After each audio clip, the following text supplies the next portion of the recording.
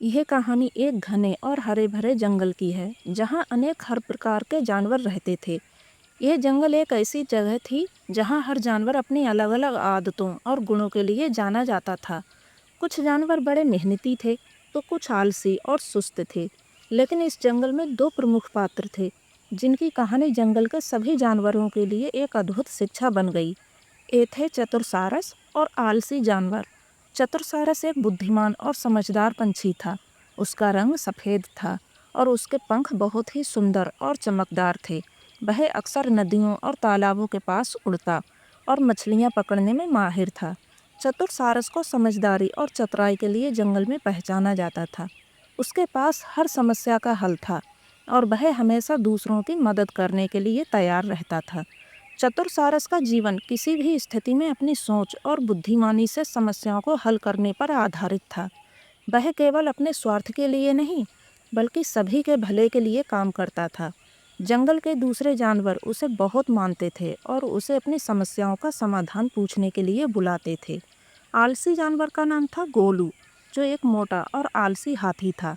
गोलू हमेशा आराम करता और किसी भी काम में रुचि नहीं दिखाता था। वह दिन भर धूप में अपनी सूंड लहराता, पेड़ों की छांव में आराम करता और कभी-कभी नदी में स्नान करता। उसे कोई काम करने के लिए कहना मतलब था किसी दीवार से बात करना। गोलू को किसी प्रकार की मेहनत से नफरत थी और उसका मानना था कि मेहनत करने से क्या मिलता है। जंगल के बाकी जानवर गोलू की आलसी आदतों को देखकर हैरान होते थे, लेकिन वह हमेशा अपनी ही धुन में रहता। कभी वह किसी समस्या का हल ढूंढने के लिए खुद से कोई प्रयास नहीं करता था। उसे लगता था कि सब कुछ अपने आप ठीक हो जाएगा। एक दिन जंगल में एक बहुत बड़ी समस्या खड़ी हो गई। जंगल के जानवरों के लिए पीने का पानी एक ही तालाब से आता था, लेकिन वह तालाब अब सूखने लगा था। अब जंगल के सभी जानवरों के लिए पानी का संकट खड़ा हो गया था। चतुरसारस ने जल्दी ही स्थिति को समझा और उसने बाकी जानवरों से मिलकर समाधान निकालने की सोची। चतुरसारस ने विचार किया, अगर हम नए जल स्रोत की खोज करें तो शायद हम इस समस्या का समाधान कर सकते हैं। वह जल स्रोत की खोज में निकल पड़ा, लेकिन गोलू को इस समस्या से कोई फर्क नहीं पड़ा। वह आराम से अपनी छांव में पड़ा था और उसे यह सब किसी चिंता का विषय नहीं लग रहा था। गोलू के लिए तो यह काफ़ी था कि उसे काम करने की ज़रूरत नहीं पड़ी। उसे लगता था कि चतुरसारस और बाकी जानवरों को अपनी चिंता करने की ज़रूरत नहीं है, सब कुछ ठीक हो जाएगा।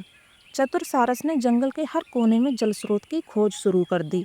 वह जंगल के छोटे छोटे तालाबों, नदियों और कुओं की ओर गया। कई दिनों तक लगातार मेहनत करने के बाद चतुरसारस को एक पुरानी गुफा के पास एक जल स्रोत मिला, जो धीरे धीरे पानी दे रहा था। यह झील के पानी की कमी का हल हो सकता था।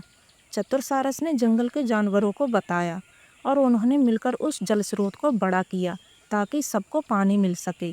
गोलू को जब यह पता चला कि बाकी जानवरों ने इतनी मेहनत की और समाधान निकाला तो वह चौंक गया। गोलू ने महसूस किया कि आलस्य से कोई समस्या हल नहीं हो सकती। अगर चतुरसारस और बाकी जानवर मेहनत ना करते तो शायद सभी को पानी के लिए संकट का सामना करना पड़ता। गोलू ने चतुरसारस से माफ़ी मांगी और कहा, मैंने जो किया वह गलत था। अब मैं समझ गया कि आलस्य से कोई समस्या हल नहीं होती, बल्कि मेहनत और समझदारी से हल होता है। चतुरसारस ने गोलू को समझाया, सिर्फ सोचने से कुछ नहीं होता। अगर आप समस्याओं का हल निकालना चाहते हैं तो आपको काम करना होगा। आलस्य सिर्फ आपको कमज़ोर बनाता है, जबकि मेहनत आपको शक्तिशाली बनाती है। गोलू ने चतुरसारस से बहुत कुछ सीखा और अपनी आलसी आदतों को छोड़ दिया।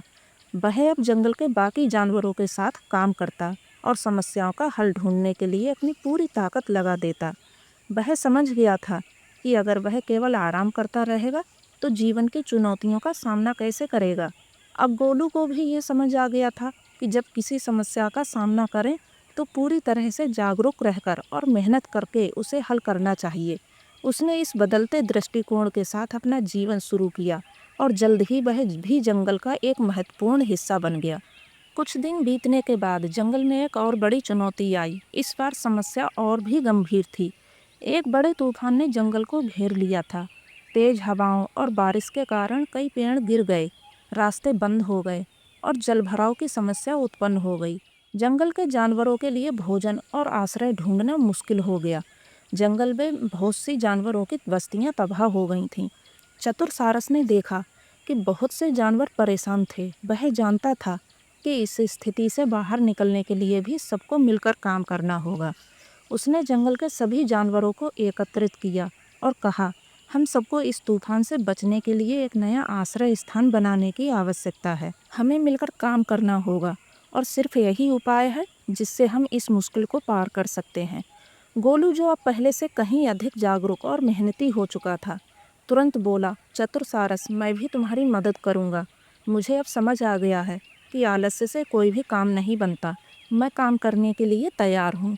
चतुर सारस ने कहा, यह बहुत अच्छा है गोलू, तुम्हारी मदद से हम और भी तेज़ी से काम कर सकते हैं। चतुर सारस ने योजना बनाई कि उन्हें पूरे जंगल में एक सुरक्षित स्थान बनाना होगा जहाँ सभी जानवर शरण ले सकें। वह जानता था कि अगर सभी मिलकर काम करें तो इस समस्या से जल्दी निपटा जा सकता है। चतुर सारस और गोलू ने बाकी जानवरों को भी काम में लगाने की योजना बनाई। गोलू को अपना बल और ताकत का सही उपयोग करने का अवसर मिला। उसने बड़े बड़े पेड़ों को उठाया और उन्हें एक साथ जोड़ा ताकि एक मजबूत आश्रय स्थल बन सके। चतुर सारस ने ऊंची उड़ान भरकर हवा की दिशा का अनुमान लगाया और जानवरों को सही जगह पर निर्देशित किया। वहीं कुछ छोटे जानवरों को रास्ते साफ करने और पानी की निकासी के लिए मदद दी गई। सभी जानवर एकजुट हो गए और काम में जुट गए। इस बार चतुर सारस ने गोलू को जिम्मेदारी सौंपी कि वह बड़ी चीज़ों को उठाए और स्थानों को सही तरीके से जोड़े। गोलू, जो पहले से आलसी था, अब पूरी मेहनत और समर्पण के साथ काम कर रहा था। वह पेड़ों को उठाता, शाखाओं को जोड़ता और एक बड़े आश्रय स्थान का निर्माण करता।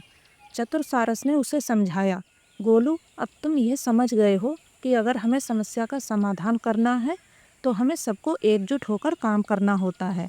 यह तुम्हारी मेहनत का ही परिणाम है कि हम इस तूफान से बचने के लिए एक सुरक्षित स्थान बना पा रहे हैं। गोलू ने मुस्कुराते हुए कहा, मैं अब जान गया हूँ कि अगर मैं आलसी रहूँगा तो मुझे कभी सफलता नहीं मिल सकती। अब मैं मेहनत करने की आदत डाल चुका हूँ।